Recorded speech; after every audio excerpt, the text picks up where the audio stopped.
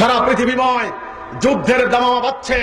সামরিক বিশেষজ্ঞ, সমাজবিজ্ঞানী, রাষ্ট্রবিজ্ঞানী সবাই এখন আশঙ্কা করছেন যে কোনো মুহূর্তে তৃতীয় বিশ্বযুদ্ধ লেগে যেতে পারে। হিরোশিমা নাগাসাকিতে অ্যাটম বোম বিস্ফোরিত হয়েছিল, ওই বোমার ক্ষত এখনো শুকায় নাই।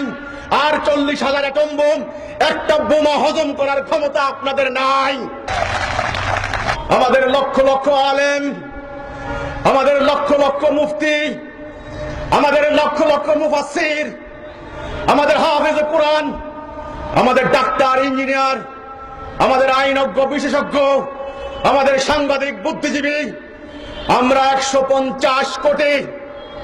মিয়ানমারে মার খাই আমরা, চীন দেশে মার খাই আমরা, বসনিয়ায় নিপীড়িত হই আমরা, ফিলিস্তিনে মার খাই আমরা, কাশ্মীরে মার খাই আমরা, মধ্যপ্রাচ্যে মার খাই আমরা। দুনিয়াতে শুধু আমরা মার খাই। আমরা উম্মতে মুহাম্মদী, আমরা আজ কথা বলতে পারি না। কে আমাদের মুখের বাক শক্তি কেড়ে নিল? আমাদের একটা জন্মভূমি রক্ষা করতে পারি না। আমাদের ইরাক দখল করে নিল, আমাদের আফগানিস্তান ধ্বংস করে দিল, আমাদের লিবিয়া ধ্বংস করে দিল।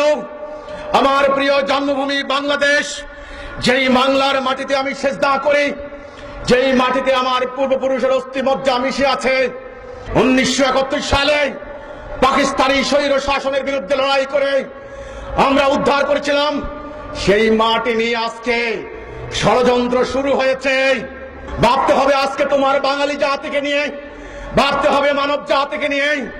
একবার যদি জঙ্গিবাদের তাণ্ডব সৃষ্টি করে দিতে পারে, কোন আইন শৃঙ্খলা বাহিনী, কোন সেনাবাহিনী, কোন জনগণ এই মানুষকে বাঁচাইতে পারবে না, পারবে না।